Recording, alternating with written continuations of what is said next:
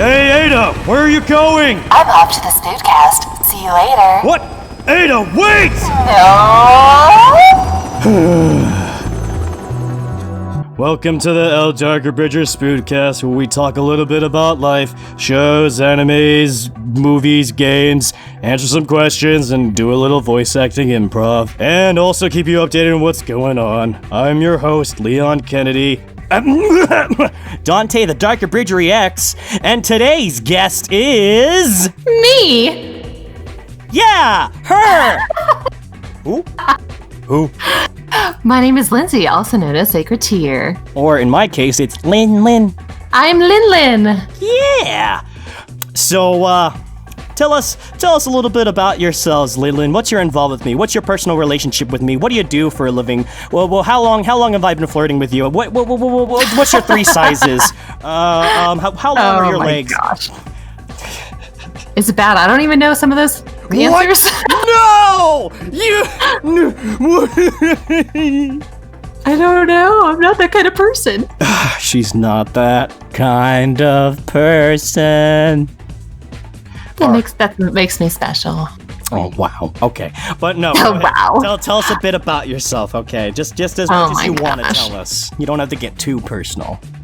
I never know what to say. I don't know what questions you're going to ask later. But anyway, so my name's Lindsey. I work as a rocket safety person in my real life. I met Dante. So I guess our first interaction was way back when. Probably in oh my gosh, I don't even remember. Maybe the 2011 timeframe when I first auditioned. That's so long ago. Is that right? Well, no, it was definitely around 2010 because that was the last known Resident Evil ancient Resident Evil 4 spoof. Yeah, that was very long ago. And then I think I must have subscribed to you, and then I saw a video and I was like, oh hey, I auditioned. Did I get the part? And then the rest is history. So now I'm just doing stuff for you, and I guess we're friends. We're Facebook friends. That makes it official. You don't think we're friends? I'm just kidding. I know we are. Don't make anything so personal. God. No! No! Thank you, past Dante, for giving me that no. Or I can use Leon instead. No! Oh, that was beautiful. I know, right? It's weird. I feel it. I feel the emotion. Right? So, yeah, she, long time ago, in the very, very, very original Resident Evil 4 episodes, I had auditions, and she was going to be Ada, and then I vanished off the map, as you all know, and then I came back, and then she was and then during a time where I was having abandonment issues with voice actors, she's like, hey, do you need an Ada? I'm like, yes, I need an Ada, and also I need a Sherry. Here you go, okay, thanks. And I was like, well, all right. And since then, she's become everything. I am all of the things, all of the redos. Talk about Dante everywhere. Well, here's Lindsey everywhere, guys. Ta-da. Ta-da. It's almost to a point where I have to be like, bro, I can't just keep casting her and everything. It's like, well, I'm the only one that comes through, I guess. Oh, yeah. Oh, thanks. Well, that should... Okay, never mind, you're right. I went out of my way to go check out the thing, and it was 2011. Whoops. I guess I don't know my own time frame. See, I just know that because I started voice acting in the start of 2011. So I was like, well, it was probably just throwing out auditions, and I think that was one of them. So that was that's how I base my time frame, is when I started voice acting. I guess. Okay. Well, other than that, that's introductions. Let's just go straight into talking about life. So guys, it's May. You know, it's been almost, at the time of this recording, it's May 13th. It's been almost 2 months since we've had to been locked down, and at this point, you just need to keep playing it safe, keep being cool, don't do stupid things, keep your common sense, you know. You know, it's a rough time for everybody, especially the people out there. Try to just remember we're all in this together. Don't try to point fingers or anything, except, well, actually, I'm not going to touch that. We're trying to keep it positive. I was except Okay, no, wait, I probably shouldn't. Yes, exactly.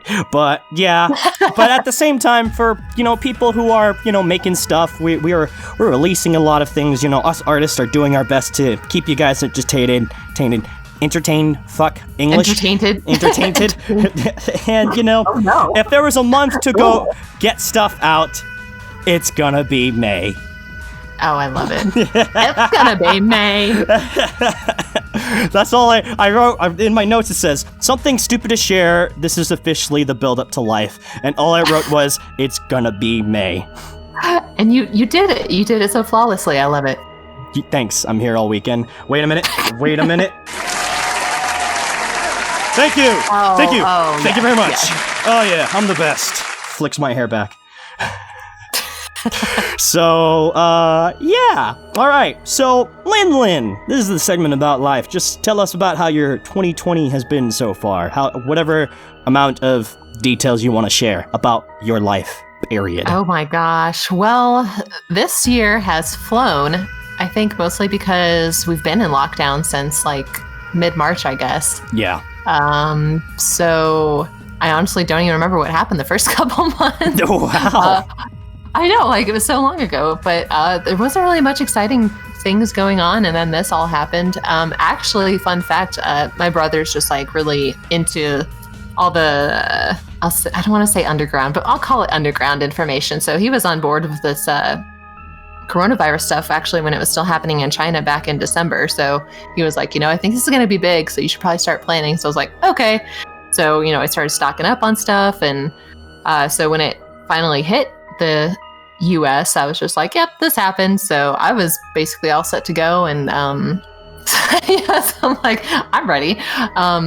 And thankfully my job, I can work from home, so I haven't really noticed any difference, which makes it makes me kind of hard to be sympathetic. Well, I don't want to say hard to be sympathetic, empathetic, I guess, to the people who cannot work. So that is unfortunate, but it's been going well for me, and I am very much an introvert, so it's kind of bad to say not much has changed for me. So I'm just like, hey, now I have an excuse to not have to go see people. Wow. It sounds really bad, but like I just like being by myself and just voice acting and video gaming and stuff. So I've been good. Oh, so much for our rendezvous later to go watch stuff together, man. Fuck. I know. I'm sorry. We could do that another time. It's fine. Just plan and schedule with me. We'll make it work. I know. I'm sorry. I'm always.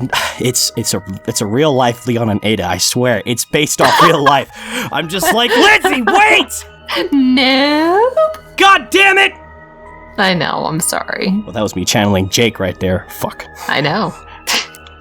Anyway, so that's just how most of your 2020's been. It's just kind of just the same life. Yeah. So. Basically, yeah, like, so basically since I can still work, I just, get up at 6, start working, and work till 5 o'clock, and by that time it's dinner time, so dinner, TV, and go to bed.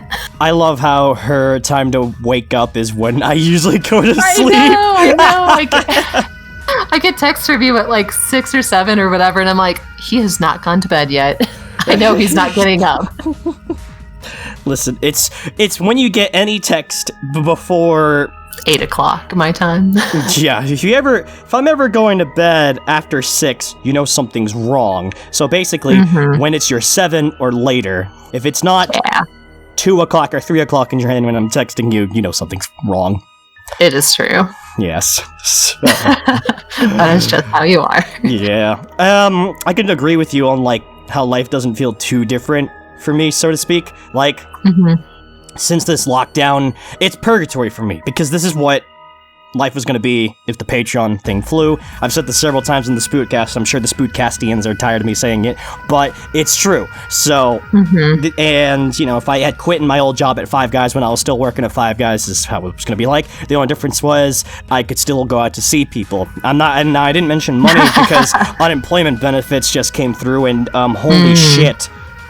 Well, that's good. Congratulations. I've never seen so much numbers in my account before. This is like, when I got the, we'll get to that part in my life eventually. Well, no, we're going to get into it now, because that was everything, okay, right? Go ahead. Because it's beer. I have nothing else. I'm not a very exciting person.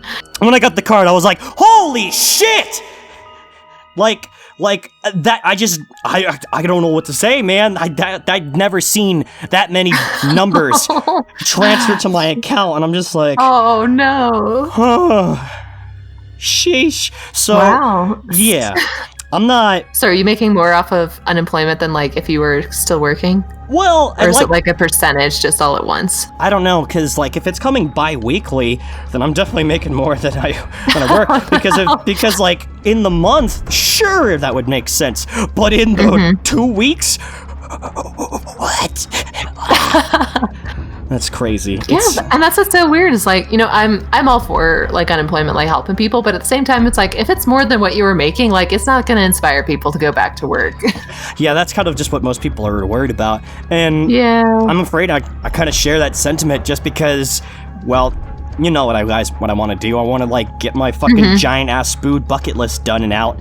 So I don't want to like spend my 20 to 30 hours working when it takes me 13 hours to get fucking all the sound effects in for 20 minutes in the Devil May Cry 1 spood. Oh gosh. So it's that is a lot of time. Yeah, not to mention that all the time Sony Vegas just kept fucking crashing on me. Oh no. And then that happens to me too. Well, I guess it doesn't crash that often, but sometimes when I like try to render, it just like doesn't render, but it's rendering for like an hour. It's such a waste of time. For me, it hates when I replay things to a certain number of times, because then I'll see the preview freeze, and then when I pause, it, you know, then it stops responding, and then I have to close it and open it again. You know, it basically makes me have a reflex to always hit Control S every time I do something. Oh yeah. Because you never know. I learned that early on. You just never know when it's gonna fucking freeze, and when I forget to do that, I'm like, God damn it, now I gotta... And it was like, well, what the hell was I doing? Like, I forgot all the like cool effects I was doing. And now I gotta do it again. Yeah, exactly. So lesson learned: always save. Save often. Save often, Sean. He is terrible at saving, but that's mainly at video games. Oh no, that's the worst. It's his Resident Evil habits kicking in. That's really what it boils down to. Okay, Sean, that's understandable. Sean's listening to this right now, and he's just giving me the fucking wow right now. I can hear it. Say hello to Sean, Lyndon. Hello, Sean. Can't wait to voice your new project that you got coming up.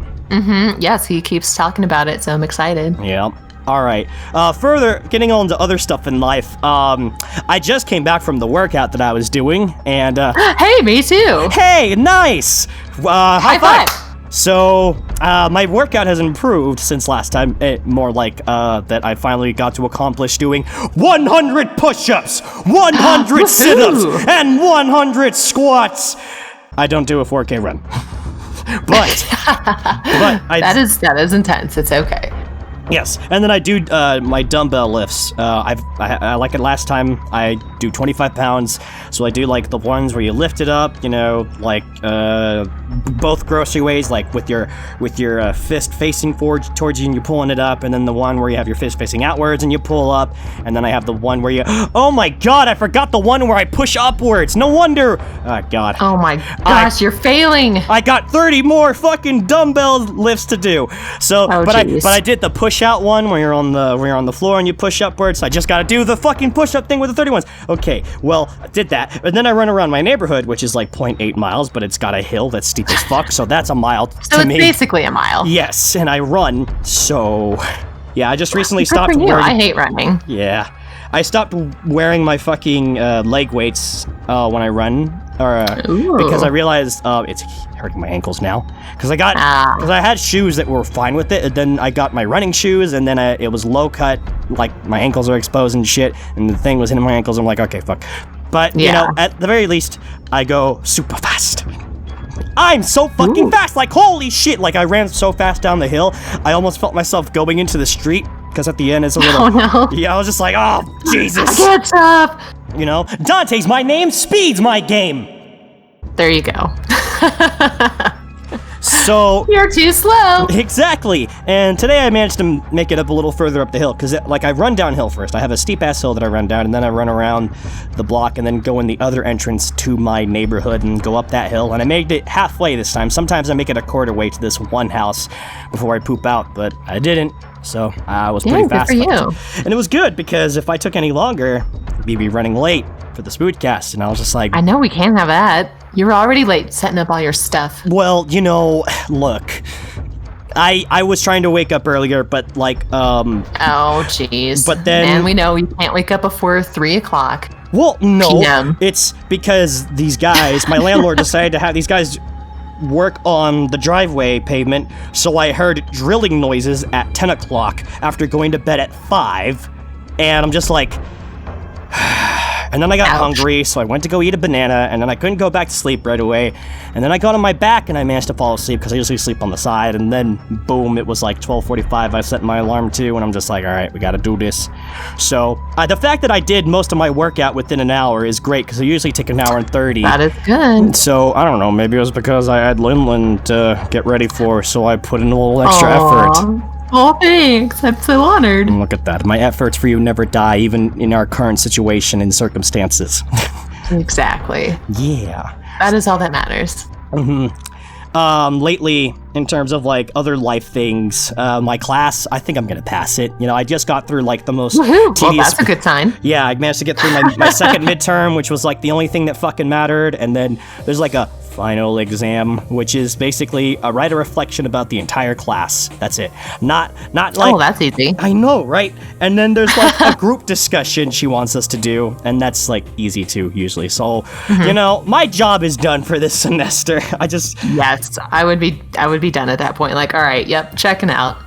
It's just the matter of fact that I got the English class to start probably at the end of the month or something like that, or somewhere in June, I don't remember. But it's a summer class, so it's gonna be a month and not that long. And the university that I want to get into accepted me. I just gotta do some work to get the fucking, I don't know, something done. I can't seem to follow the steps that I need to do to accept the application, but I need to make sure I get that done before the end of this month. Well, that's probably the first step before you get to go. Yeah, I don't know, it's complicated That's because the first test. because the general ed stuff that I need to get done before I can fully go over is I'm taking the class in the summer. I was supposed to take it, but then I dropped the class because it was too much, and I wasn't the teacher I wanted. I already went through this stuff in the last bootcast, so I'm just abridging it. But yeah, so now I'm doing it in the summer, and hopefully it'll work out because that's a teacher that I was interested in taking with on an online class, and there's no excuse for me at this point. If I don't pass this class, I'm a failure. So Teacher definitely makes the class for sure, though. yeah, this one, the one I had for this previous semester was just a demon. She just dunked us with so much fucking work in a big ass essay. It looked like my emails, my in-depth emails. Oh, no. but No. where my stuff doesn't really feel like there's layers unless we're talking about GM18. This one had layers. Yeah, I was gonna say, there's notes upon notes and color coding and bold and italics and. This one has a bunch of layers of work and it's not fun. Oh no, That's the difference. That is true. I don't. My work's at least fun. That is true. I do admit that. Thanks. Thanks. Wait a minute. Oh. Glad you're here. Yay. So yeah, that shit's over with. Fuck that. So yeah, that's school. In terms of other things, there's obviously not much going on. The rest of what I talk about is going to be anime, shows, and movies, and video games. But in terms of events in life, it's every 2 weeks, ever since the start of this whole thing, since Easter, my family on my mom's side has been doing Zoom meetups, Oh boy. oh, it's Easter, oh, it's your cousin's birthday. Oh, we gotta meet up. Oh, it's Mother's Day, and it's always at 2 o'clock p.m., and it's on Zoom, and my cousin sends out the things, we all go on for an hour, and then we all fack off to do our own things, and typically it's been on my workout days.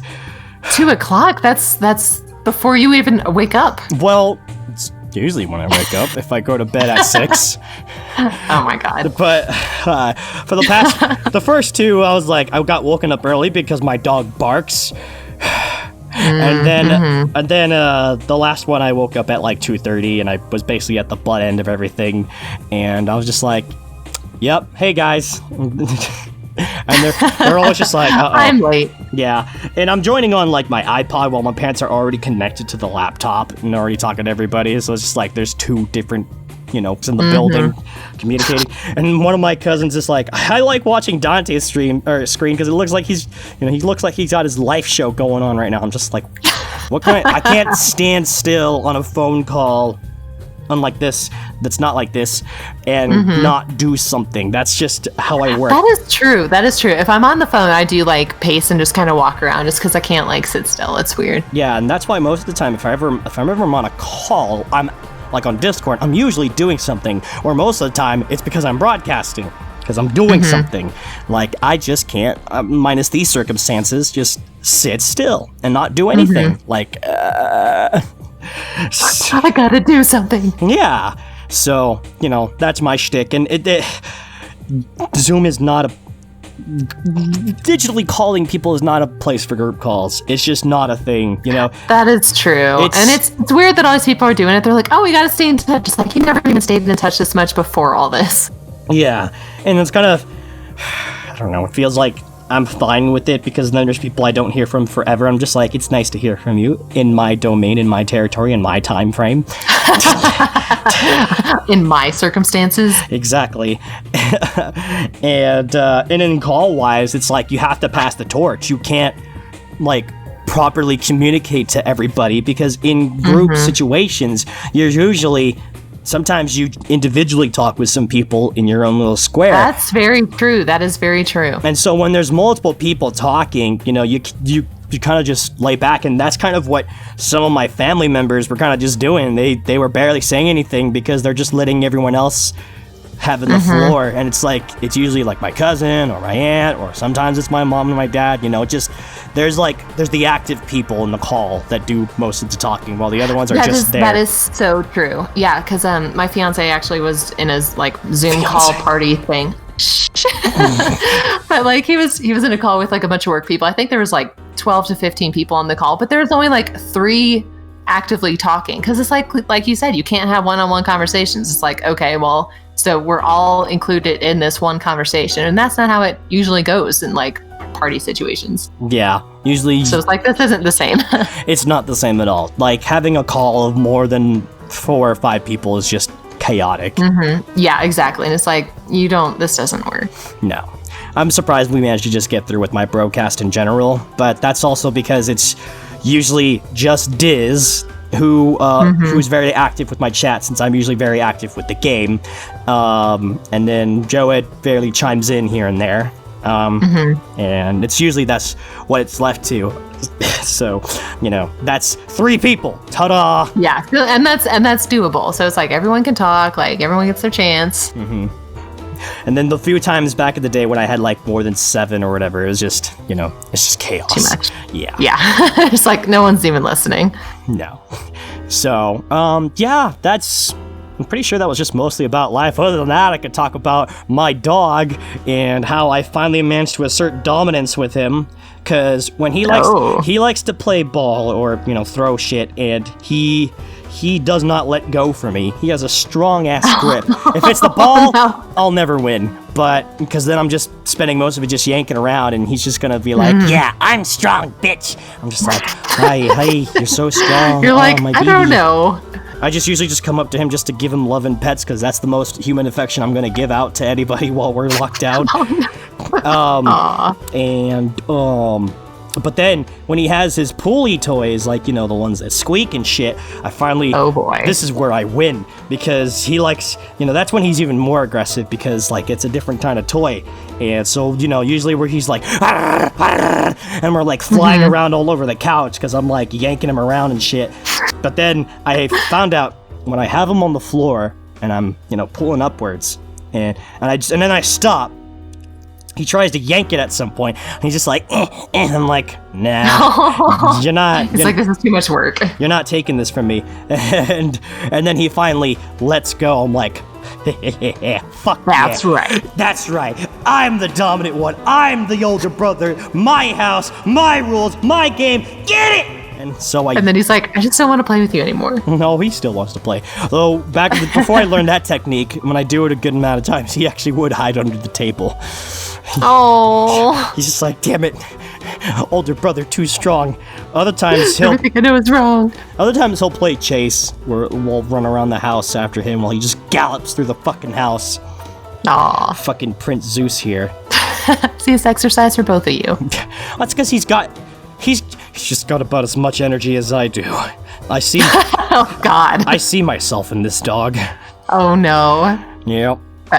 Well, see, that's what you both need to tire each other out after like 2 hours of that. Well, if he would walk with me. He doesn't walk with me. He likes to try to go back home, or he'll stall, or try to go back after Dad. Stall. And I'm just like, Zeus, we're walking.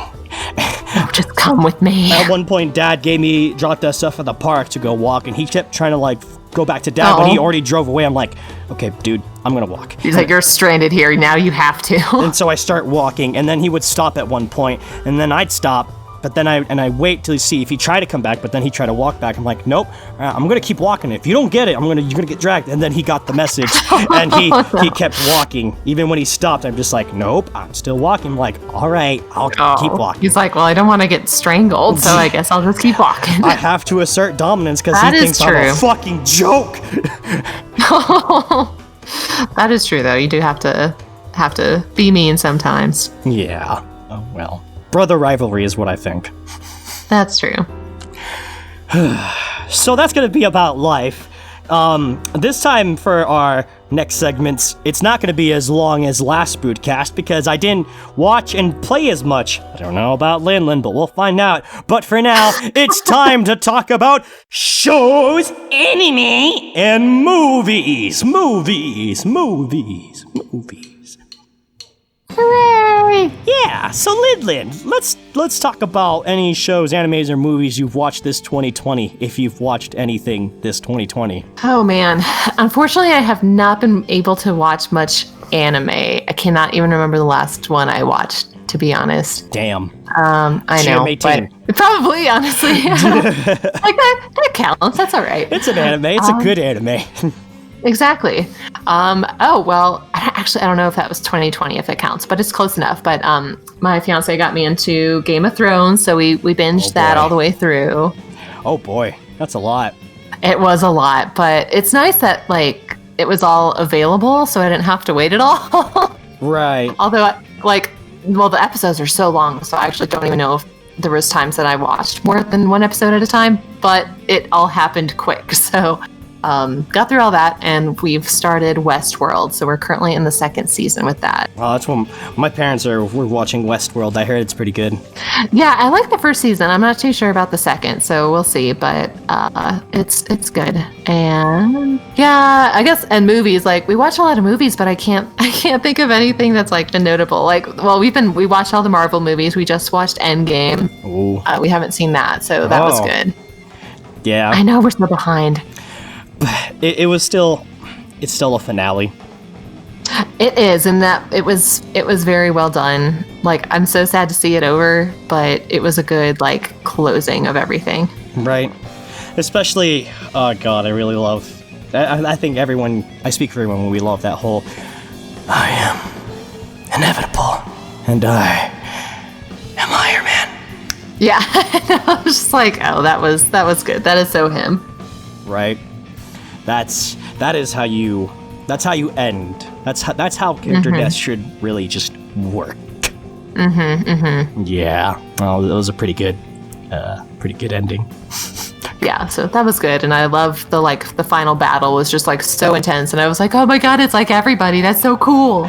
Oh, but you know what hit me in the fucking feels? Oh no, the very ending, the very, very end. Oh no, I did cry. I was just like, because then I remember that line from the first Captain America movie. He was just like, they had a date. And then at the end, you're just like, I know. I was like, oh god. Yeah, but I was happy for him. I was like, oh good, he finally got what he wanted. Yeah.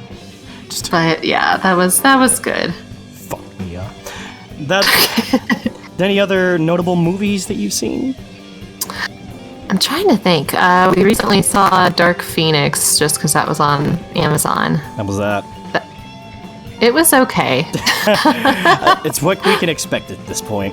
I know, that's so true. It's so sad but true. Yeah, it was entertaining. Like I said, I've seen so many movies, but none like really stood out. Like, oh my god, that was so good. Right. Yeah, that was mostly. I don't know. The Marvel movies are just so good. Like, they're notable. They're good at making movies, and then DC's really not good at making movies, but they're at least good at making cartoons or shows. Yes, that is true. How about you? What have you seen recently? Definitely no movies, since I went through so much last Spoodcast, and it's thankfully not been a whole month, it's been a few weeks. So, I mainly watched anime and then a show. The first one on my list was finally watching Gurren Lagann! That is a good anime. I finally got around to it after years of because at the time, the younger Dante tried to stay away from any of the super duper mainstream popular anime. But I knew that I would enjoy it when I get around to it. And so, when I saw it was on Netflix and I'm in this time period where I'm able to take interest in watching anime, that was one of them showed up. And then I previously watched Kill la Kill before it, which was I could not get into Kill la Kill. Why not? I don't know. I only got 2 or 3 episodes in, and I was just what is happening? It's I don't know. I couldn't continue. I like to think it's Gurren Lagann, but with uniforms.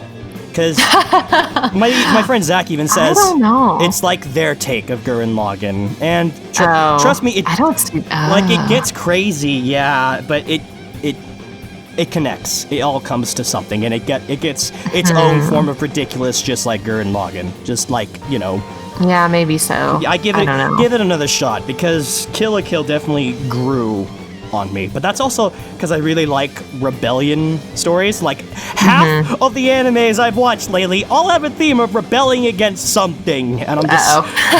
I clearly have my taste. Hey, at least you're able to identify a theme. Yeah, right? So, that was definitely an experience. Watching good old Simon evolve from little unconfident boy to his own rendition of Kamina. His own man. Yeah, fucking wrong anime, but he didn't lose his way. He believed in the him that believed in him.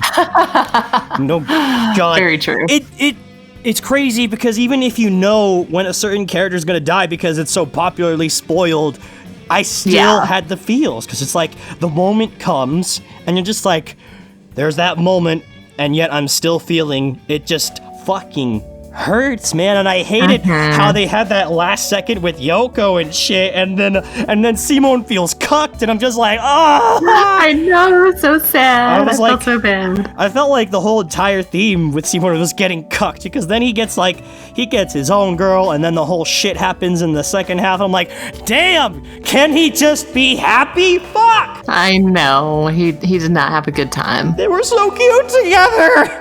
I know. That was sad. But that was a good anime. I think that it took me a while to get into that too, because I wasn't too sure about the animation. It was kind of weird, but I think the story kind of kicked up early enough that I got sucked in. Well, then give Kill la Kill the chance, because it might not have hit as fast, but it will kick in. Yeah, maybe that's the same thing. And the animation's kind of weird. It's good, but I don't even remember the characters' names. But the side girl. Oh yeah,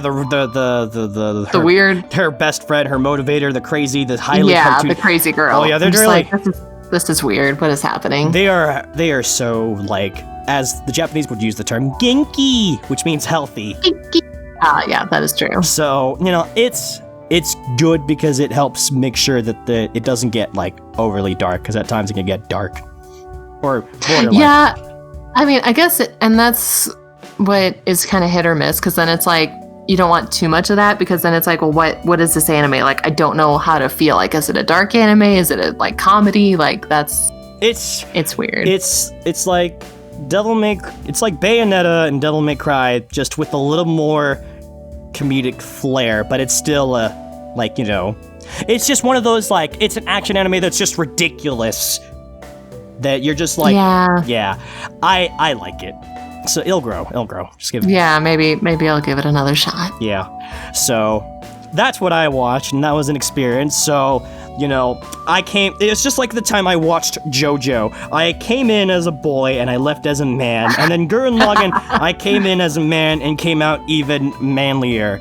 It's like, holy shit. Like, it's gonna definitely influence my fucking GM18 writing for sure. Oh, because that will be interesting. There is already a scene that I've like imagined for season 2. But yeah, now like I just do the impossible. I see the invisible. Row, fight the power. I touch the untouchable, break the unbreakable. Row, fight the power. I had to make the reference. We couldn't pass the opportunity. So that's okay. Yeah. I also really love Viral's theme. It was like really like edgy rival fucking shit. I don't know. I love that shit. It was got good music. Gurren Lagann and Kill la Kill have some good fucking banger tracks. So, yeah. Banger tracks. Aside from that anime, I've also been rewatching, but also because I was watching the specials and OVAs that I missed out on back when I watched it, like, I don't know, probably before 2013 or 2012. But Baka Test! I love that anime. Oh my god, it is so funny. Oh god, it's so... I miss this group so much. There's... oh my gosh, I need to go back and watch that. Like it was, oh my god, it was so funny. Oh yes, it's so I was on YouTube and I was watching like this video called like cute yandere moments, like moments when yanderes are cute, and some of them is Shoko and some of them is Himeji when they're just like Himeji when she's getting jealous at Shoko, but she's like, bro, what are these texts from Yoshi? I don't want to stay at home tonight. Can I stay at your place? Wait, Shoko! Fucking. So I was. It's too much. I have Funimation, which I'm paying like a few dollars for a terribly operating fucking. Like the website is terrible because it doesn't even play the fucking videos. The mobile app, I have to reload the page. Like I'll click into it and then I'll back out and click into it just for it to work and play. Oof. So I'm just like, why am I paying this money? Exactly, I'm just like, I'm paying money for this shit and it's not even working. I can't even fucking watch the videos on the fucking... on a web browser, on my computer, where you think it should be a definitive experience. This is why Yarhar Anime exists, guys, because y'all don't do your shit right. That is so true. See, it's like they just bring it on themselves. But either ways, I needed ways to stream anime, and, you know, because obviously when I go out to eat and stuff, I watch stuff on my iPod, so that's why I've been able to watch more anime lately. So, yes, it's great because I miss anime. So I was watching the OVA, and which was like, they were having a theme, one of those festivals, those school festivals. Yeah. And then like the other part of the OVA was part 2, which was like having a test to like, all of this was a motivation to get like new equipment and then appeal to Himeji's dad, you know, to try to save her from transferring and shit. So, you know, it's that good shit. And then I went to go watch some extras, which included stuff like, these were like 5-minute shorts. One of them is where fucking Hideyoshi is a fucking magical girl. Or no, not magical girl, magical Hideyoshi, because Hideyoshi is his own gender. That is true. I was gonna say, I was like, well. And so there's skits like that, and then there's Mission Impossible Baka.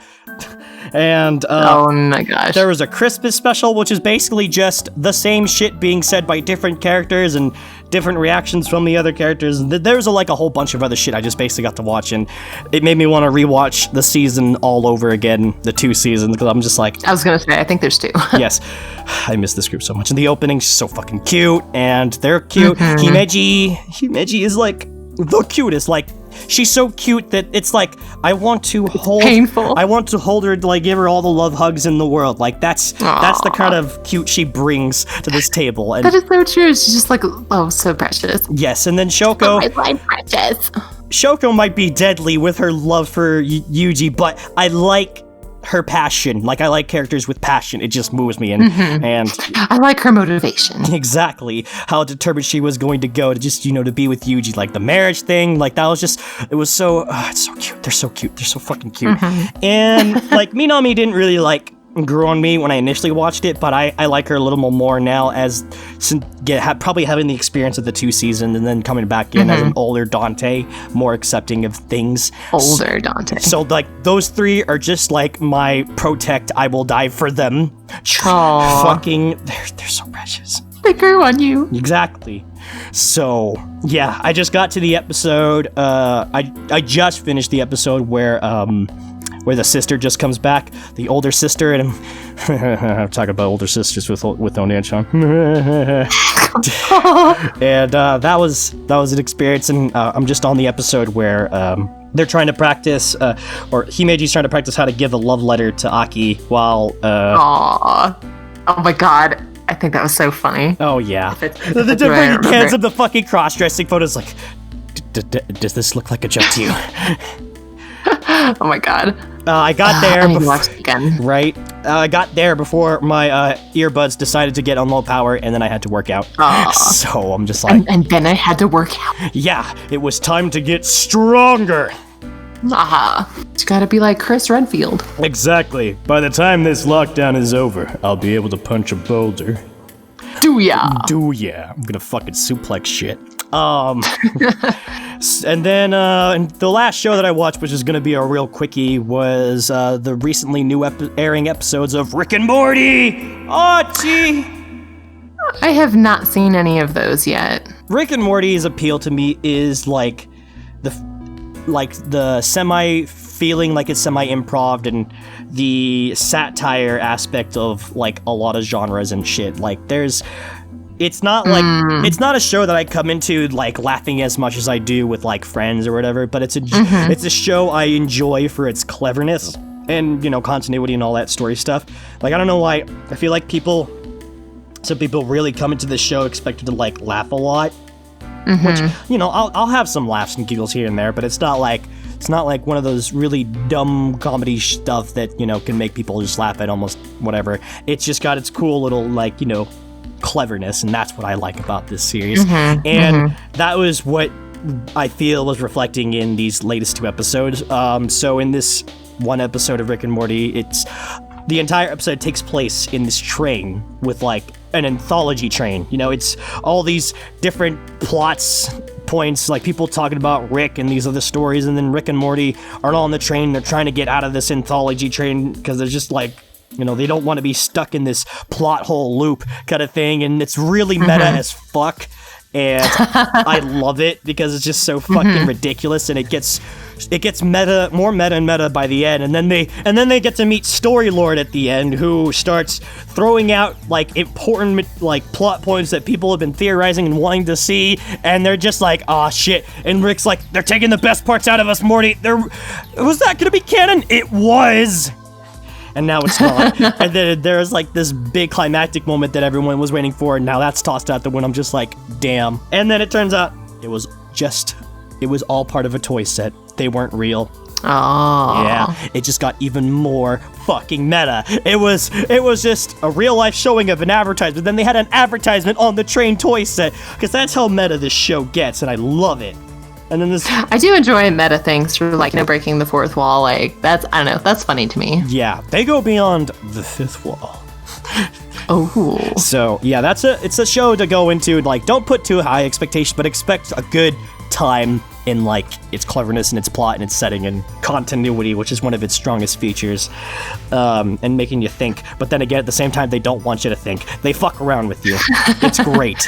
Yeah, I think that's why I've kind of stayed away from it, because I'm like you in a sense where it's like, if it's super mainstream that like everyone's like, oh my god, this show's so good, I'm kind of turned off from it. So I think that's kind of why I've never really given it a chance. I got into it because when I saw like a commercial for like the Aliens, I really loved how its satire and fourth wall breaking was being handled. And then like eventually one episode showed when I was still working at the Maid and Butler Cafe, and I really liked that. It was a satire on the Purge. They had their Purge episode. Oh. And that's when I realized, okay, I want to give this show a watch. So it all depends on your, you know, if you like satire, Linlin, give it a shot, because it's definitely got its mix. I do. And there's this episode called Interdimensional Cable, which is one of my favorite things, because it's a bunch of fucking like commercials or brief show bits that's all improv.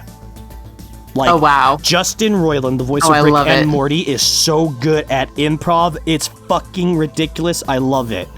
And Oh my god. so, yeah, that's my advertisement for Rick and Morty if you ever want to get around to that. Yes, I shall. Awesome. And then that's all I watched this second episode. It was just a brief something about facehugger and civilization and break it free from that. I'm not going to get into too much about that. We're just trying to get a little move on here. So, yeah, that was all about shows, animes, and movies. Now it's time to talk about the next bigger thing, which is video games. Video games. Video games. Wait, that's not how I usually do it. It's video games. Oof. So usually That's intense. my gag is to sound like I'm about to take a shit, and Ah. I unintentionally did that for a while, and now I'm just like, okay, might as well make that the thing. And I realized Well, why not? I didn't do that last bootcast, and I'm just like, Oh no. oops. Your continuity is ruined. Fuck! Oh, jeez, Rick, they blew up the jeez. continuity. Oh, shit, Morty, quick, we gotta go build a new one, or it's forever fucked. Built a new one. Yeah. So Lillian, have you actually had the chance to play any? Oh wait, well, yeah, you kind of did. You kind of do play video games, don't you, Lillian? I do play video games. You also make videos on them. I do. I have not recently. I've posted, but they are still the ones that I've had in my backlog. So I need to get back into it. As far as video games, oh my gosh, what have I been playing?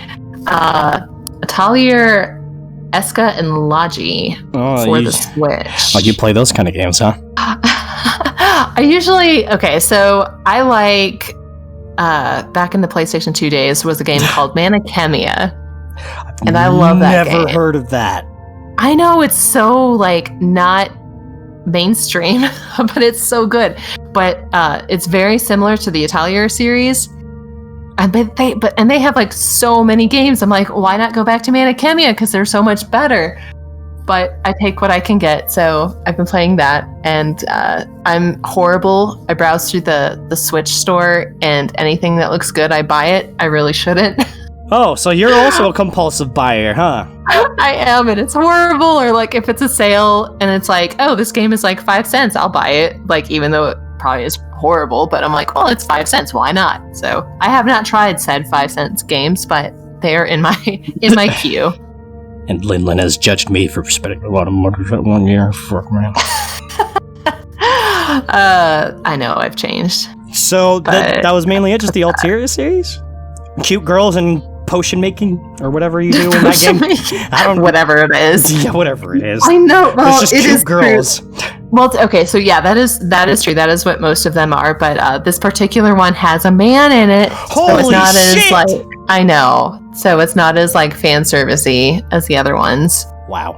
Well, the times are changing, I guess. It's 2020. I know. They're like, well, very, very good. I know. It's like, oh, females might actually play these games. I guess we'll throw some males in here. So they could just have some ooh la la moments. I know, exactly. Oh, that is perfect. Oh, yeah. But yeah, that. And I sometimes go back to Breath of the Wild. I'm pretty much done with it. I haven't found all the Koroks, but I've done all the side quests and stuff. So I'm ready for whenever the second one comes out. I'm not going to do a voice acting playthrough on that one. Oh my god, that would take forever. She'll never finish it. I know. Just look how long she's taking on her own RPG and 999. I know. I'm like, those are, oh gosh, yeah. You spent the entire video on the Bushmaster. Hey, you said you took a while too, mister. Yes, but it's a voice acting Let's Play, Lin, and that was just the puzzle. That is true. I do need to just skip some of that stuff. Yeah. Oh well. That's true. I'll watch it anyways. Oh, thanks. Yeah. Thanks for the support. Yeah, guess before y'all forget that Lin here, she does voice acting Let's Plays. She's played Mario 64 with her buddy, which I'm not sure if that's going to continue given the circumstances. Yeah, he moved to Washington, so it's even worse circumstances. Jesus. But I know. No, I'm never going to finish that game. I know. It's canceled. So I'm like, no, you have to. No. I'm like, you have to come back and visit so we can finish. And like, he wants to finish too. So I guess whenever he decides to visit, after everything else clears up, we will finish. Okay. I know. So we got a bit there. Yeah, and if you go visit her channel, you can also watch her play and voice 999 when she doesn't spend an entire video doing a puzzle. Doing puzzles. I'm like, I'm so lost. And then she also plays Duke Scar. Assuming I'm pronouncing that right. It's probably Duke's. I mean, it seems like it's how it'd be pronounced. It's one of the most hardest indie RPG games with a little bit of satire in there, given the fucking descriptions of the latest equipment you got. I love it. Me too. Insert pun here. I'm like, oh yes, this is amazing. Yep. Where then you can see Lin doing some more voice acting and then RPG grinding.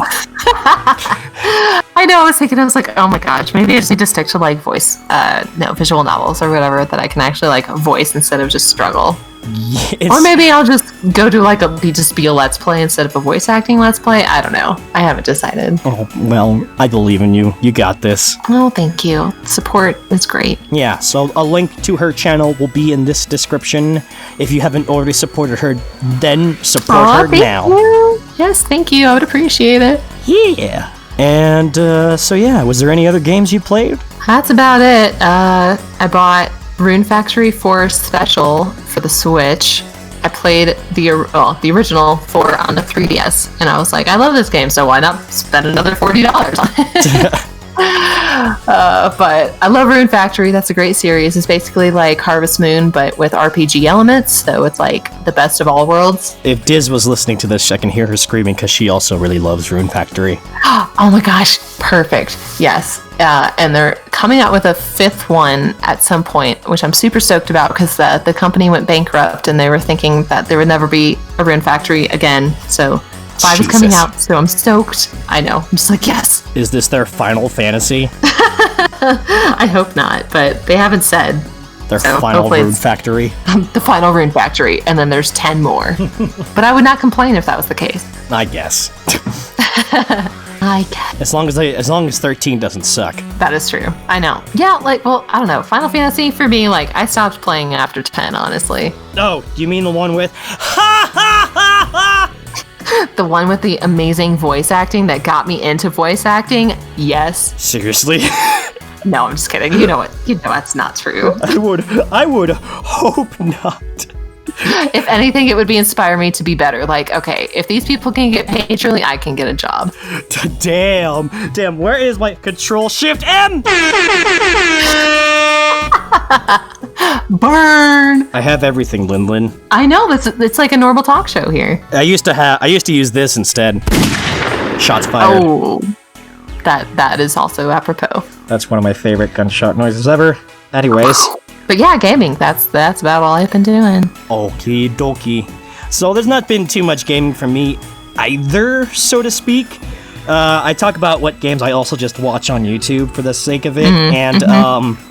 This time I was watching Silent Hill, the arcade, which is apparently partially made with the last few members of Team Silent before it got all westernized and plagued by the fucking movies and everyone tried to make everyone tried to make Silent Hill 2 through every other fucking game, and I'm just like, stop that. It was done good the first time. You can't remake Silent Hill 2. Fuck. So it's an arcade shooter game. I'm not really putting too much high expectations on it because obviously you need to make an arcade shooter game and it has to be thrilling. So it's really different from the games, obviously. And there's there's crossover references from all 4 Silent Hill games, but mainly specifically 2, 3, and 4 since its graphics are around the PlayStation 2 era kind of graphics. Probably slightly better with an arcade machine. I was gonna say, I was like, well... Yeah, well, most of the graphics for Silent Hill 2, 3, and 4 were intended for the PlayStation 2, so they're gonna look as good as they're gonna do on the PlayStation hardware, especially in Silent Hill 2's case, which was a technological fucking masterpiece compared to its re-releases on every other console. Yeah. Especially the PlayStation 3. Garbage. Anyways, so, it's got everything. It's got thrilling action, some pop-up enemies, fucking rescuing people, voice acting that can sometimes sound good, and then sometimes just sounds bad. Just not. Yeah. They're just, I guess, a lot of times people know how to scream more than they know how to talk normally. And that's the part that throws me off. Like, you can freak out. That is true. But you don't know how to speak normally. I know, it's like, how I don't know, I feel like that's easier to do.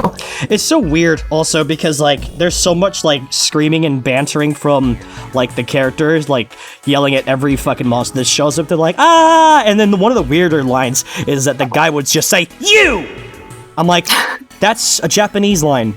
Wow. That's very Japanese. The thing is, one of my issues when it comes to localizing games that are Japanese is when they don't make it sound Western, like it's a direct Japanese translation. Like, yeah, exactly. It's like, you don't like try to make the like equivalent to make it make sense. That's what Resident Evil 1 PS1's script was basically like as well. It was like when you actually redub it in Japanese and you add subtitles, it'll actually sound correct. But when you try to when you directly turn into English, it sounds like the way it does with those weird sentences. And there it is. And like that case with the guy going "you," it makes more sense in Japanese because they're like "oh my," like it's how they speak. That's their type of dialogue, and it does not sound correct in English because that's not how we talk in English.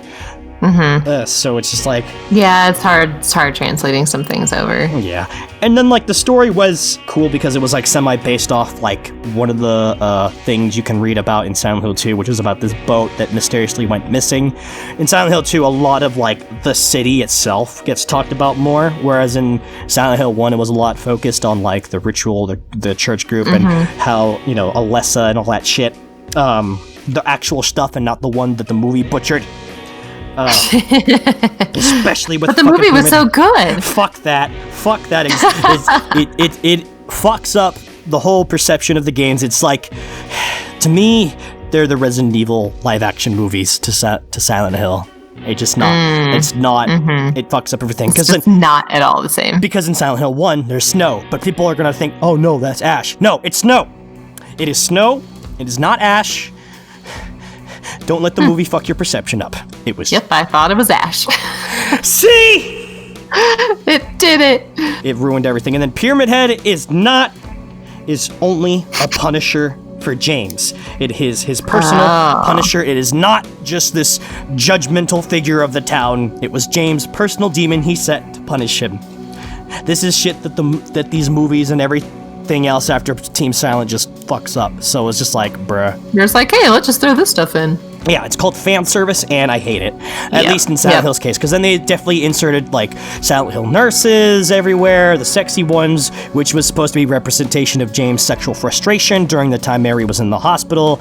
Like, there's all these things that it's there for, and it's just tossed in there for fan service. And in the arcade's case, I'm gonna expect that. I'm not complaining about any enemy placement or where these guys head to in the arcade game, because it's literally just like a last-minute crazy guns blazing farewell letter to the Team Silent thing. So, you know, it was an experience to watch. The only thing that was driving me crazy was Robbie the Rabbit, which is this mascot character from Silent Hill 3 that's a cute rabbit, but it's got blood on its mouth. Because they gave it a voice, and it is basically the same laugh track. And I'm just like, I have to hear that for a whole fucking level. Oh no, please no. Yeah. It was one thing when you see the fucking thing hold weapons like guns and a chainsaw and shit like that. It's another when you gave it a voice and you have to hear it so many times. But it's still a pretty cool game, in my opinion. I wouldn't do a spoon on it, because then I'd have to go do this whole roundabout thing to download the damn thing. I'm not doing that. But, yeah, it's really cool. It's alright. Other games that I played was, once again, I was playing Resident Evil 4 for the 40th time. Good one. I talked about it last Spoodcast where I started it because I was trying to like get all the trophies on the PlayStation 4 edition. The version I was really staying away from and not trying to buy again because I played this game so many damn times on the GameCube version, the PlayStation 2 version, the PC version, the PlayStation 3 version, the HD PC version. Like I must play them all. And now I played the PlayStation 4 version. Oh no. And as you know, there's the Resident Evil 4 adaptive difficulty where they'll get the enemies will get worse as you keep doing a great job. And Oh boy. I was feeling the time of my life because I felt like I was playing on professional mode, Dante must die mode, or Leon must die mode, because I was doing so damn good that one hit from like the Gyarados just swiped my entire health away. And the thing was, what freaked me out was, I shot him, right? And then I thought he was going to head to the spot I was standing in. So then I walked to my next spot, but he runs directly towards me. I'm like, oh shit! And and I almost died that day. There was a lot of close calls during that part of the game. But then the most ridiculous one was when you lower that bridge before you make Ashley go up to raise the lever. The Scythe guys come through, unless you're playing the PlayStation 2 version. Then no Scythe guys come through, unless you're playing on professional. I remember these details. Oh my god. And I'm just like, shit, I gotta make sure none of them try to throw the Scythe at me, because they're gonna throw the Scythe at me. And given where I am on this game, if they throw the Scythe at me, I'm dead. I'm gonna get beheaded. But always shoot it down like a pro. Yeah, so I managed to clear them all out, but then there's one guy left on the stairs, but I shot this other guy to suplex him, and then he throws the Scythe, and then I suplex, and then the Scythe came through. I'm like, huh, you see that? I just suplexed my way out of it. And then I made this highlight later because it was getting more ridiculous. So I get to the part where it's rocket time, baby, yeah! If you remember that part from the Spood. So there's the Scythe guys coming again, and there's 3 of them, right? So I shoot one of them in the leg, and I'm ready to suplex him, and then one of them is ready to throw the Scythe at me, and I'm like, oh no! And then, what do? Okay, what would you do? You'd shoot the guy who's gonna throw the Scythe at you, right? So he doesn't throw the Scythe at you. No! I ran in front of the guy whose leg I shot and suplexed him right on time before he threw the Scythe. It's not stop the guy from throwing the Scythe. It's like, no, let me go to the other guy who's literally like 1 feet in front of the other guy ready to throw the Scythe and suplex my way out of this. You fucking dumbass, Dante.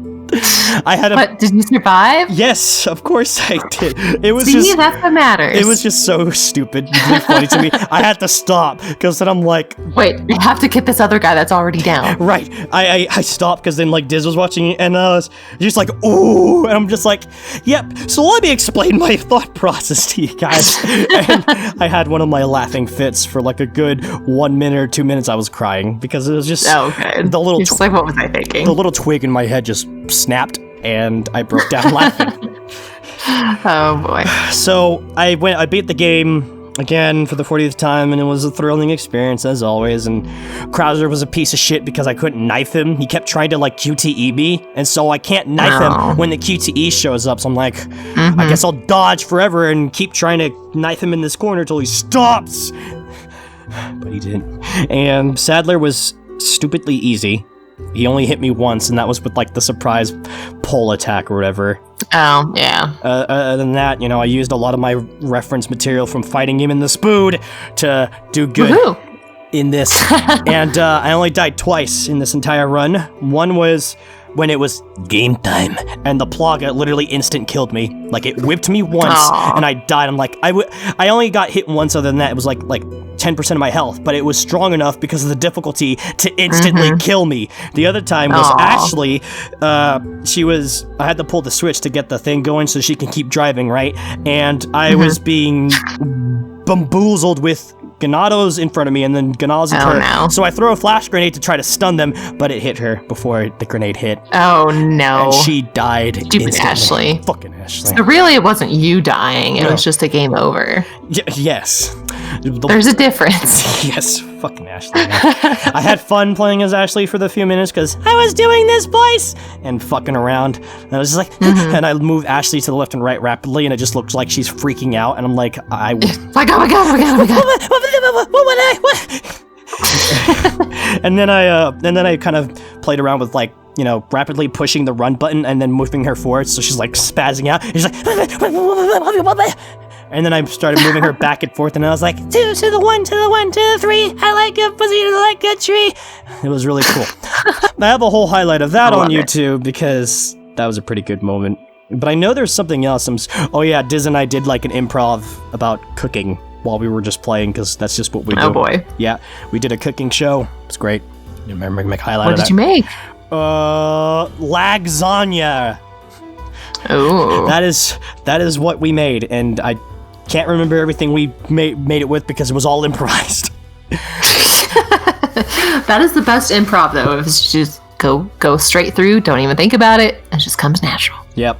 So I managed to clear the game. I almost got all the upgrades for the weapons, but I managed to get a full health for Leon and Ashley, and now I just got to go back and play Assignment Ada in separate ways, and maybe Mercenaries. I don't have to get a trophy for Mercenaries. They'll just give me the hand cannon, if anything. But yep, and I'm already gonna dread playing separate ways because of how badly encoded the fucking pre-rendered cutscenes are.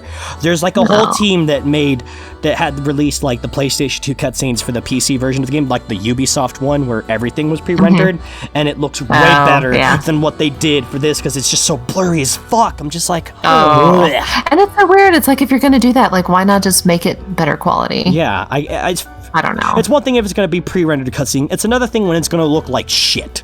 And I've seen, and there's clearly evidence that people can re-encode it to look sharper than the way it did on a 1080p screen. Fuck. Exactly. But that was Resident Evil 4. I almost wasn't going to talk about Resident Evil 6, but then I played it yesterday with my friend Alex, and we just played the last chapter of Chris Redfield's campaign. Oh yeah! Yay. Everyone knows that when you play as Chris Redfield, things gets great. And things gets great. Yeah, things get great. I made a ton of references that it's obviously beyond him because he hasn't watched the Spood. Shame on him. He's my best friend. I've known him since middle school. What a douchebag. Nah, he's good. He does his thing. He's a rock star, man. He's going places. Oh, yeah, that's true. I don't think any of my friends watch my videos either, so it's okay. Yeah, but I started making a lot of references of Chris Redfield used to be captain of the football team. I don't know why, but that's just something that came to my mouth. It's like, yeah, Chris should have been like captain of the Little Raccoons. Oh, Little Raccoons, that's adorable. It's a great football team. The little mini-league team. Wesker used to be on the opposing team, and I always tackled the shit out of him to the ground, and I laugh at him. And I start laughing because then I imagine, like, this isn't this Chris that's tackling him. It's this Chris. Take this, Wesker. Damn it, Chris. I'll make you pay for this. Wesker, you're pitiful. Fucking great. So that was really it, and then the last game that I played was thanks to Diz. She had this challenge to beat Devil May Cry 1 within a week. Because she almost beat it, she reaches to Mundus, and then she doesn't beat it on her PlayStation 2. So she replays it on her PlayStation 3, and she gets stuck at the last nightmare battle. Reasonably, because it's hard, and I know we all know.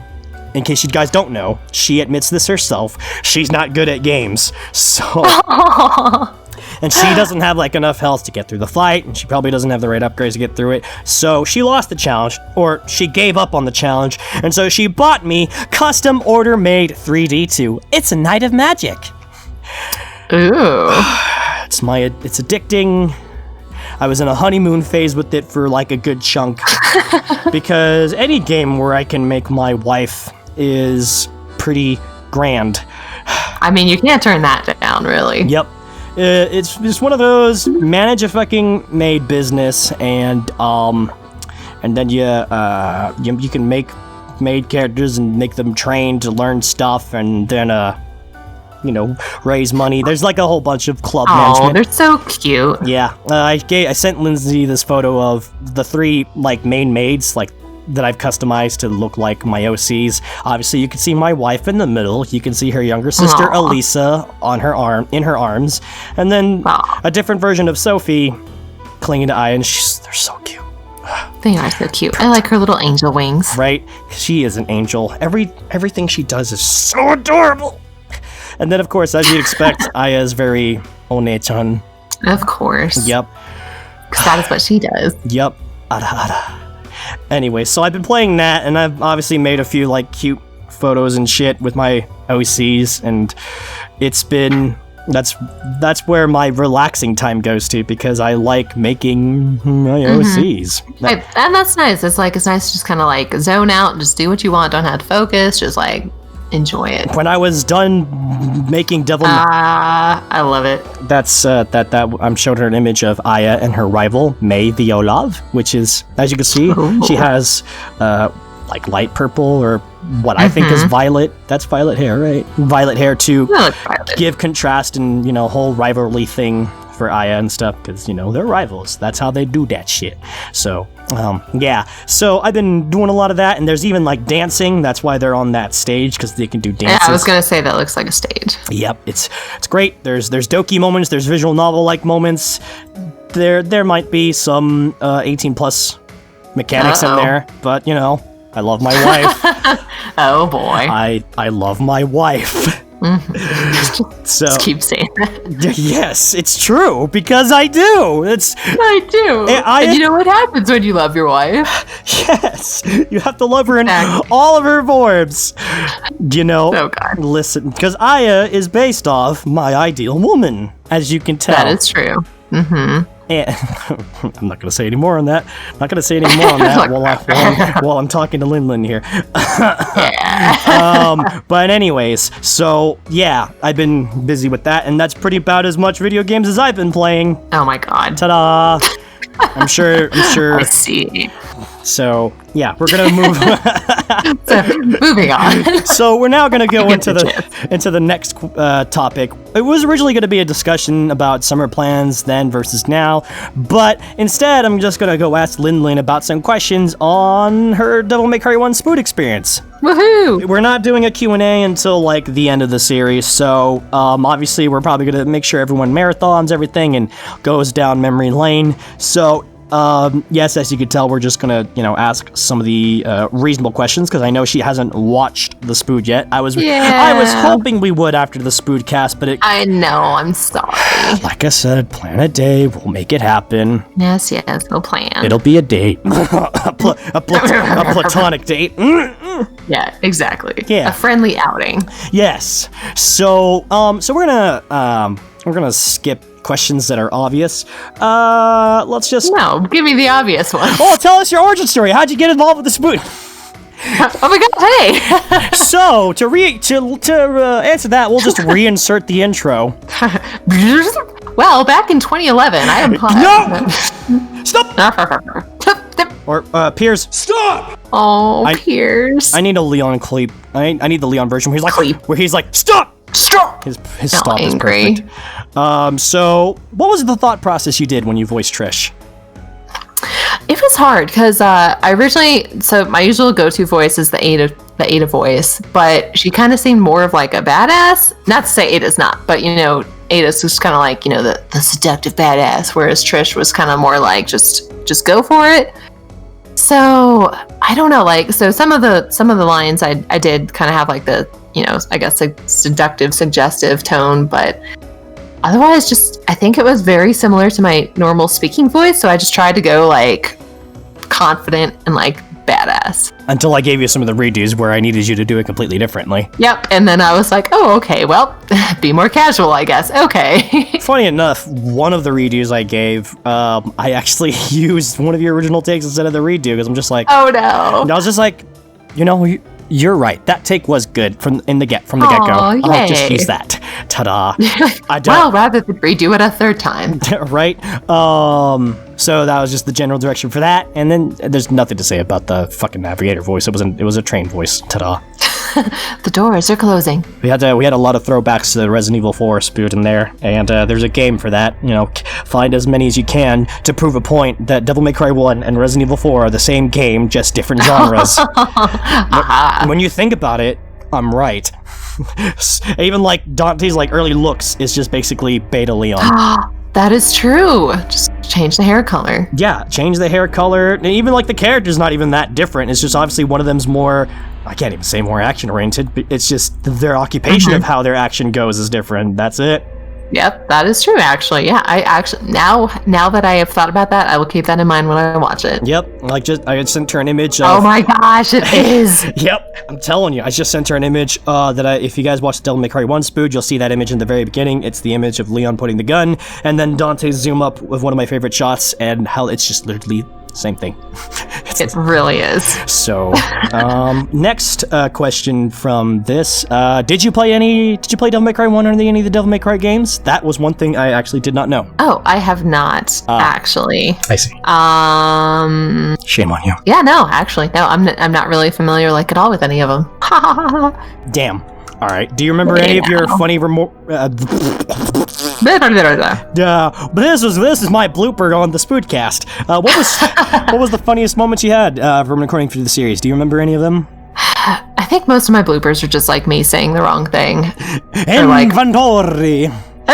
Okay, so the story behind that is, okay, so I'm a huge Game Grumps fan, and I've been watching the Game Grumps. Is that what that was?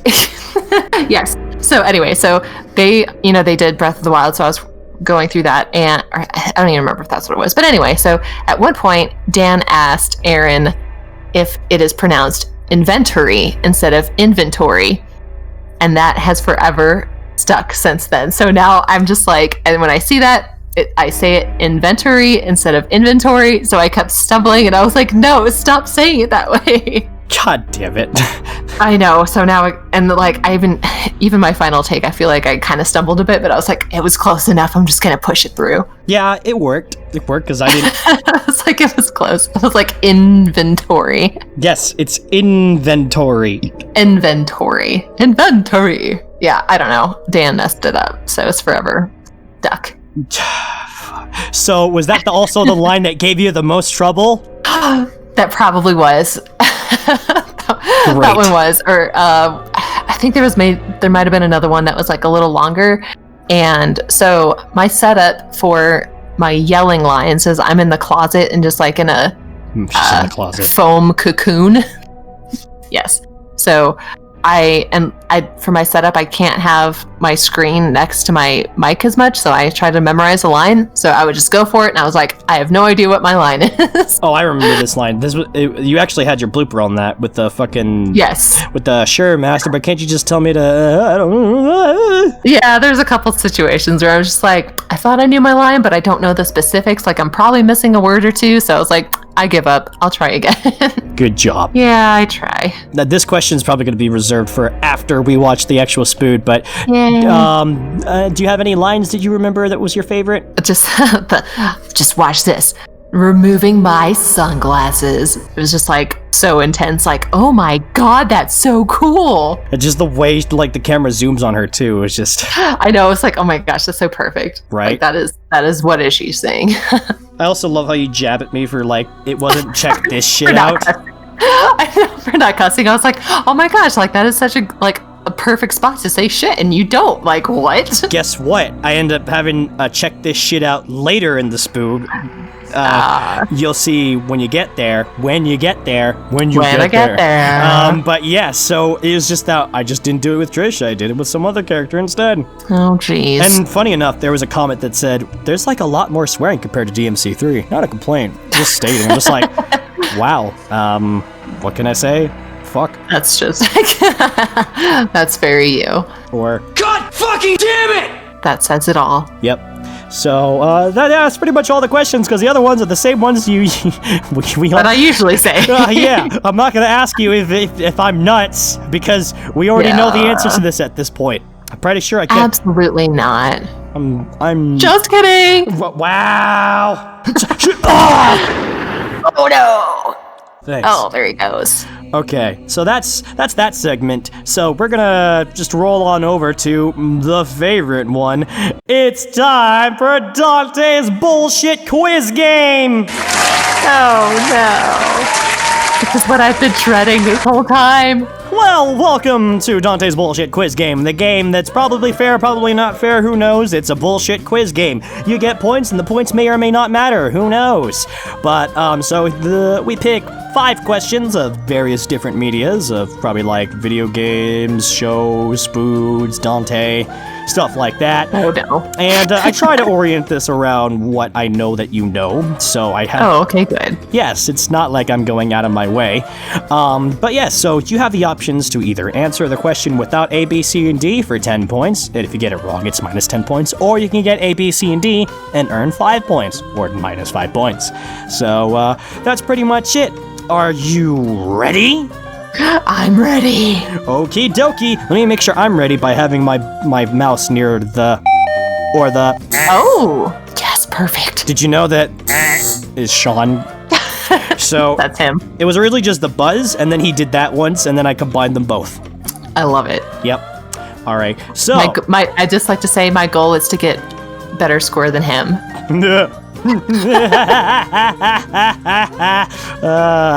So I can't be that bad. So hopefully we'll do all right. considering he was like -15 or some shit like that. I know, that's why I'm like, all right, if he's the lowest, like that's a nice bar to set. Well, Alec, my last contestant, actually got -20.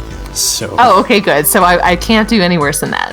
right. So all right, here we go. Oh, I mean, I guess it's possible. It might be here we go. possible. Let's see. So, question 1. Which Weird Al song has these lyrics?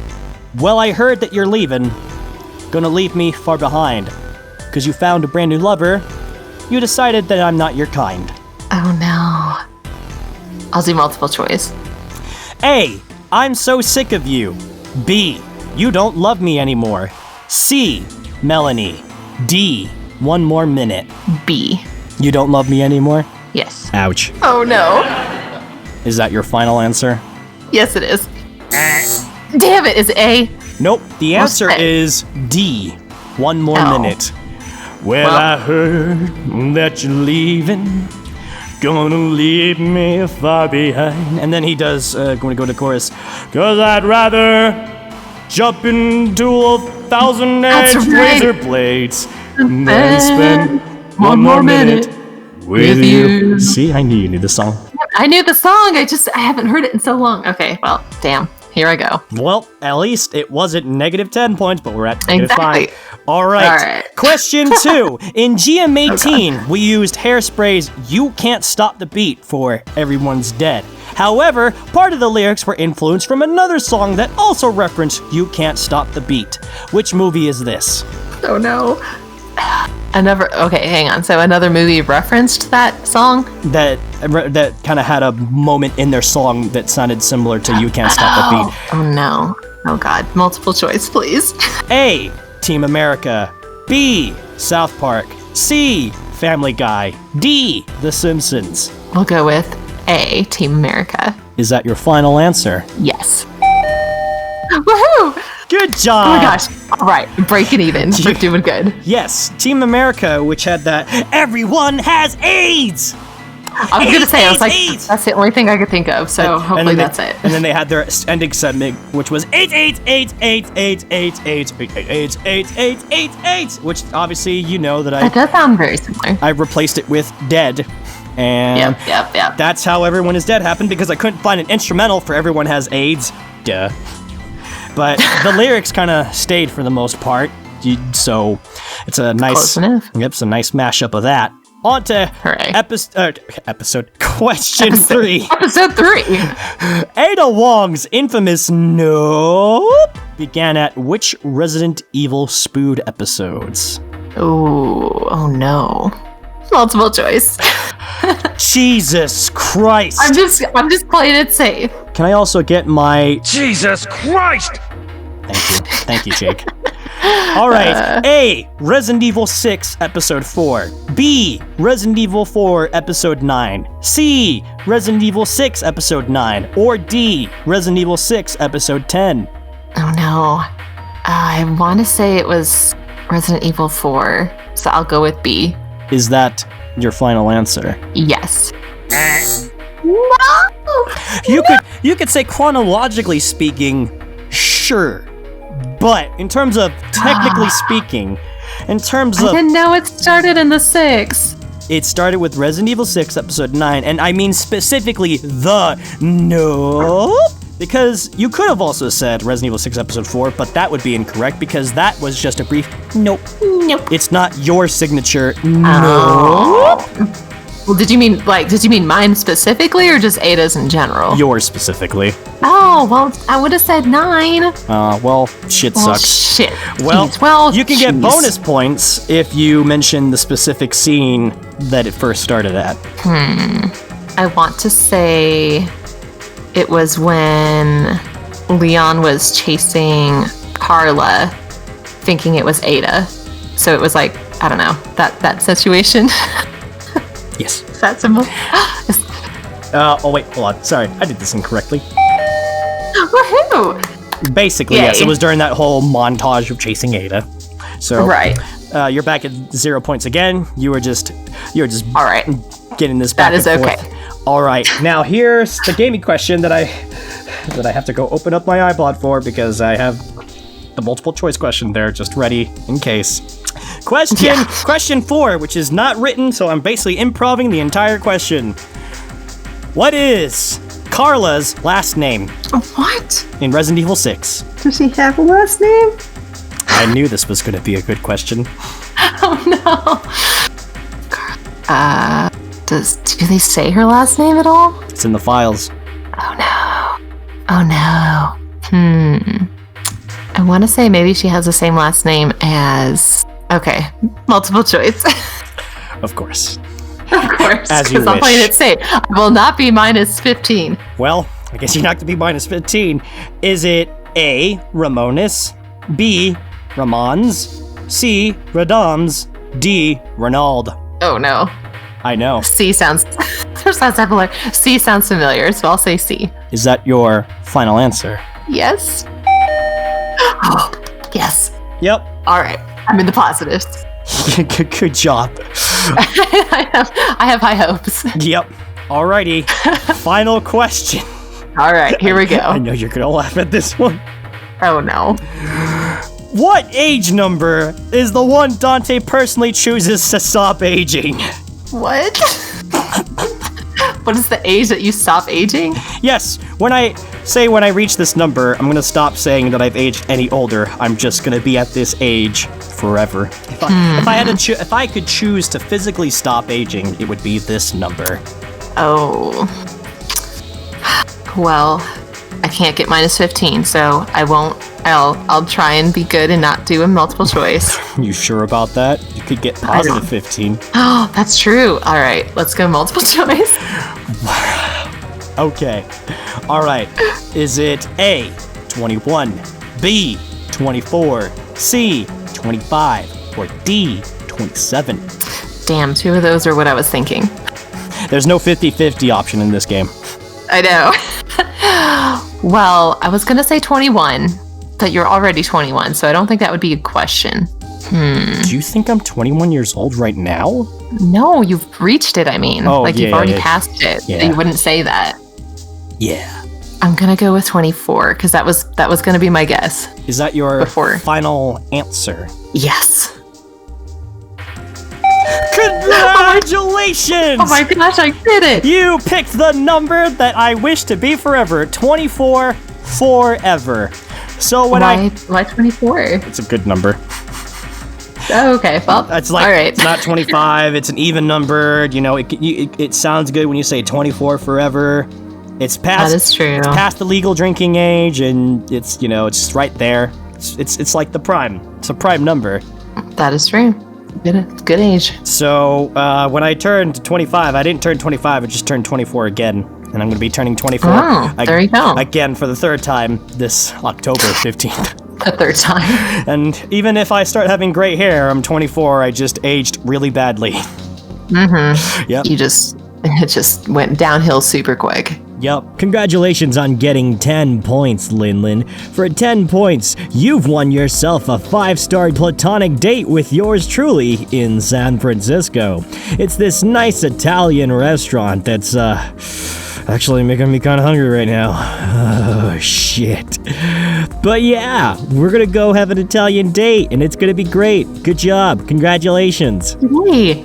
That was that. Now all that's left is our Oh no. situational improv, do or die, which is gonna be great because it's a great game. So this is we do a little situational improv where we pick something and then we do some things. You know, we just do some stuff, you know. yeah. So usually I have people try to give me suggestions in the comments, but we're just not. I don't have that kind of audience, and I'm accepting that. So D&D dice roller app. So we're gonna I pick out a situation, we're just going with that. So, the situation is gonna be basically based off the Raccoon Noir thing, where Leon and Ada do things together. So, the good cop, bad cop thing, that's what I'm going with. And our thing says it's Leon and Ada in a car on a case. And I'm gonna let you pick whatever the case is gonna be about. Oh no. What are we So heading out bad at for? improv. Let's see. A case. Does it have to be a good case? It could be anything. We could be rescuing a dog or a cat or, just... Yes, let us go save a cat stuck in a tree. Of course. As you wish. And, All right. and, furthermore, when we do an action, because it's the do or die edition, or dice, every time you want to do an action, I'll roll a dice, which is out of 10, so as you know D&D, the higher the number, the more effective it is, and I'll let you be the judge of how that works. So, yeah. Without further ado, let's get the himmy-jimmies out of our system, and, okay, I'll start the scene. Thanks. Alright, Ada, I just got a phone call. All right, what is it this time? There's a cat stuck in a tree. Well, that's cliche. I know, right? Who could have given us that kind of shitty job? Oh well, let's go get in the car, Ada. Let's go. I'm driving. What? But I can drive. Yeah, I've seen the way you drive. You crash into rocks all the time. Listen, it's not my fault. It was the rocks. There was the guy on the road who just he made me swerve. He made me do it. Fine. No, you know very well that I'm a better driver than you are. Fine, you drive then. I'll just be on the passenger side trying to holler. All right. Perfect. Did you catch my pun? I'm very clever. Stop that. You stop that right now. Okay. But I'll put on my seatbelt. All right. Always smart to buckle up. Here we go. Okay, so the cat is supposed to be in some kind of building with a tree. It's a really big tree. They say it's about, it can reach the window, and that's how it got to the tree. It doesn't know how to get back to the window. Sounds like a typical cat. Yep, it's a little bit of a cat litter doo-doo shit, but, what you gonna do when they come for you. Alright. Oh, there it is. There's the house with the big okay, window yeah. and the thing. I see the cat. Okay, I'm pulling over. Here we go. Okay. Okay. All right. That's the cat's name. It's Little Whiskers. Little Whiskers. It's named Whisker. Oh. They wanted to call it Albert, but I told them that was a bad idea. I guess, well, Albert would have been more apropos with as fat as that cat is. Yeah, I guess. What do you think we're gonna do? How are we gonna get this cat down? I was just gonna send you up there. What? Why me? Because I'm a woman. I sit down and just give you orders. Fuck. Okay. All right. Let me see. Can I climb the tree? Oh! I rolled a 2. I got 1 inch up and then I fell down and my lower back. Oh. Yeah, that's a pretty tall tree. I don't know if climbing would be the best way. Okay. Well, it would have been a better idea if I had a ladder. Let me go check my inventory case and see if let me see if I got a ladder. Well, that's not gonna do me good if I roll a 4. It's about enough to get about as tall as I climbed it. All right? Well, I have a fold-out ladder here. You want to try that? Sure. Let me grab your fold-out ladder. I rolled another 4. It just kind of broke in half. Now it's the same height as my other ladder. Would you stop breaking things? I'm sorry, okay? It's not my fault! Oh gosh, you are just the worst. Okay, how about I go inside the house and get to the floor and see if that works? You think they're just gonna let you in? Well, I can try! I tried to open the door and I just find myself running into it. I'm not getting into this house. Why don't you try something, huh? Why don't you get into the house? You got that stupid looking gadget. Well, why don't I just go in and act like a nice person and actually ask? I swear to God. I'm gonna go ring the doorbell. Ding dong. I swear to God. You rolled a 9. So, they open the door for you, but I try to run into the door and it doesn't work. I get it. Okay, that's just some bullshit. See, it's because I'm a nice person. Right, okay, and I'm just the bad guy. I'm the bad cop. I'm the bad cop. It's true. Fuck. Hello, can I come in? I'm trying to help your cat. Oh, good, thank you. They let me ride up. Okay, well, I'm following. All right. Well, now that we're in this room, I'll let you go out the window and go grab the cat. I'm scared. Let me tell you this much. I'm really scared. Luck has not been a lady tonight. Maybe if That is very true. I blow on the dice, maybe I can do it. Okay, alright, so I'm gonna try seeing if I can at least reach. Why? Three. I tried to reach and now I'm hanging on the window. Ada, help! No. Are you serious? Oh god. Okay, let me see. Well, I guess this time I'll try and help you pull up. 4. Well, sorry. It's like Resident Evil 2 all over again, except I'm falling! You have good endurance. I think you'll survive it. Listen, I'm Leon, not Dante. Dante's the one that has the endurance. That's what his name means. My name doesn't mean endurance, but let me just get an herb. Yeah, that's the good shit. I'm pretty sure you're just supposed to eat those. Sorry, what? Eat? I don't know what eating is. Okay. Oh boy. Let me. Well, come back up and try again, I guess. All right, this time I'm just gonna jump out the window. It's all or nothing. Come here, pussycat! This dice hates me. I jump out the window and I grab the cat, but I fall down and I break my back for good. And the cat's a little ruffled. I rolled a 4. Well, at least he's safe. That's what's important. I hate this job. I hate this so much. Ada, just get me back in the car and let's go back to the station. I'm not. Hang on, I have to give the cat back. Fuck. Okay, get the cat. All right, you just stay there. I'll take the cat. Okay, here's your cat. Thank you. Okay. All right, are you ready to get back in the car now? I don't know. Maybe I need a few more minutes to contemplate my life's worth. All right, take your time. No, I'm kidding. Just get me in the car. Oh, all right. Pushy. All right. Drive.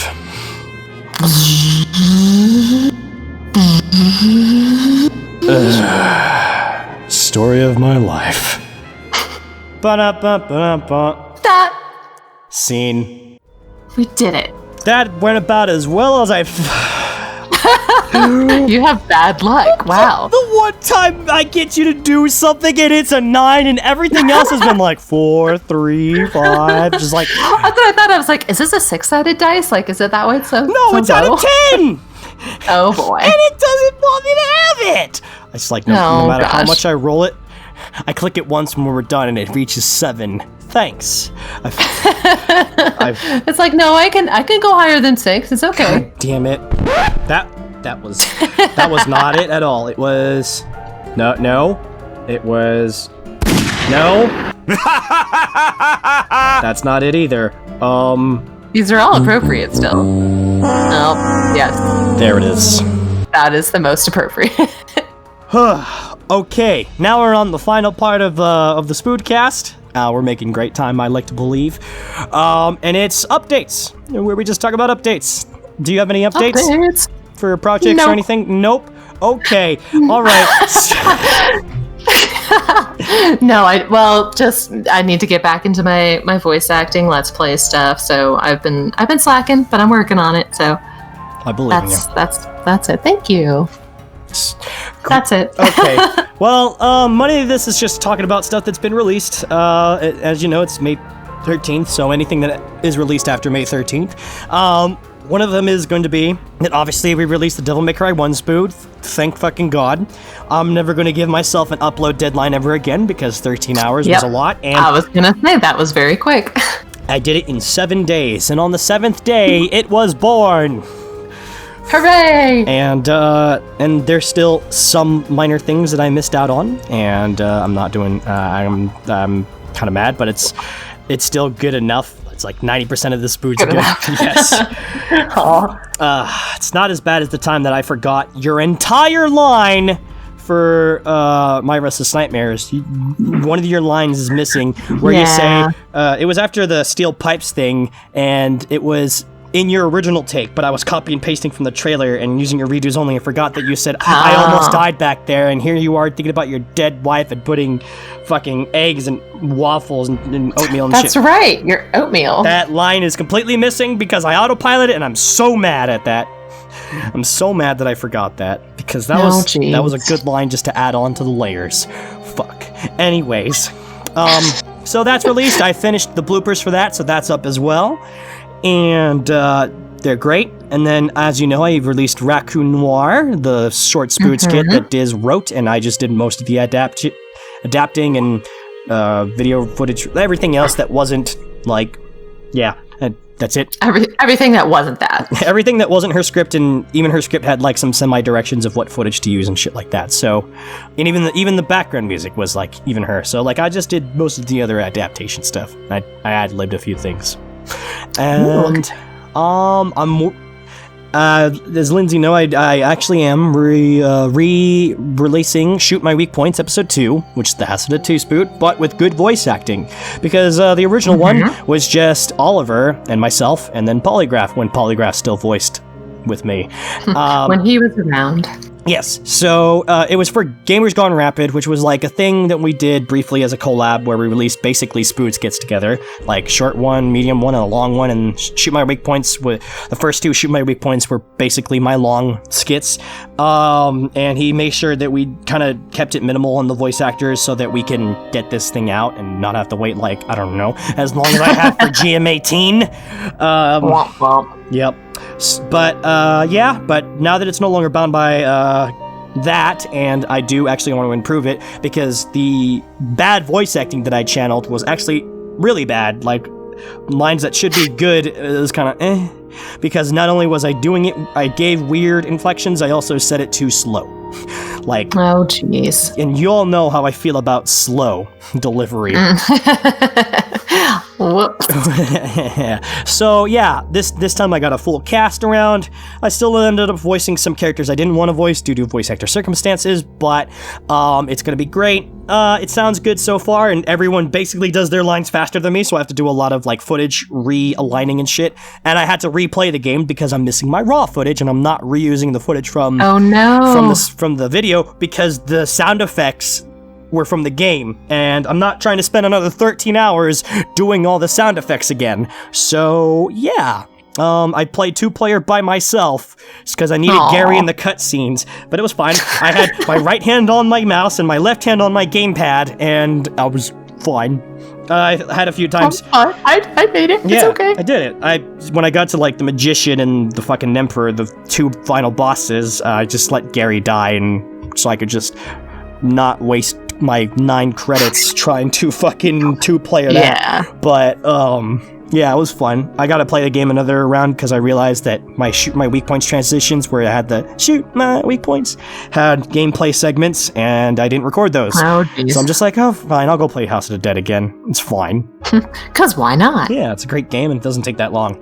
So I'm working on that. And then lastly, as you guys probably should know, I'm doing the Resident Evil 2 Spoot script. Yeah! Oh my gosh! It's gonna be so great. I'm already 23 pages in. I was 23 pages in before I started working on Devil May Cry 1. And we're just at the part where we meet Ben. So we just got to our scene together. I'm so excited. Yep, we're gonna make that Leon and Ada relationship thing work so well that it's gonna kick your dick when the ending happens. All I could say was, once upon a time I was falling in love, and now I'm only falling apart. That's all I'm gonna fucking say.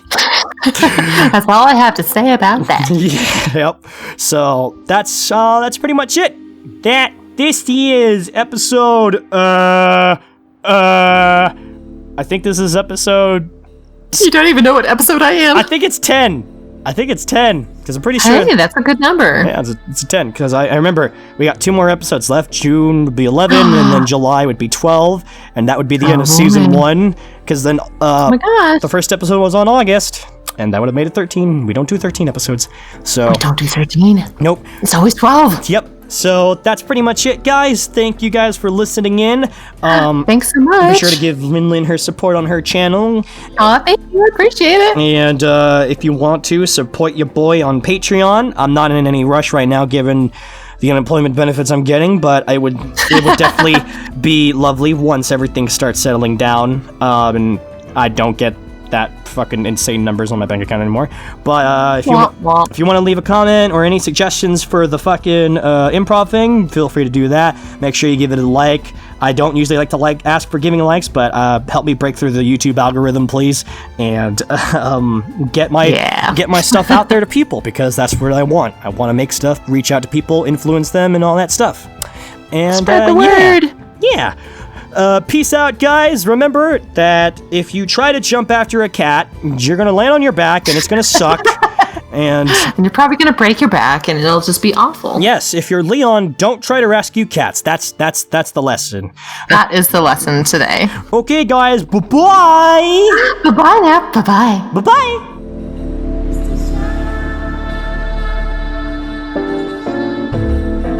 Special thanks to Jake the Fox, I Has a Voice, and Shadowbat. Thank you guys very much for your support.